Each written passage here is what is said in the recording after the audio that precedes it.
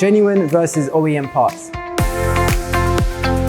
If you're looking to replace your vehicle's components, you may be wondering whether you should install OEM parts or genuine parts. A lot of drivers have the impression that genuine parts are the same as OEM ones. They can be confused by the name of the manufacturer and may not understand what makes them different. So here is a quick comparison of the two. Genuine parts are auto components that were installed in your vehicle when it was first manufactured. A genuine part is a part that is supplied by the vehicle manufacturer in the packaging. So they are more expensive than the other type of auto parts because they have the vehicle's manufacturer's logo.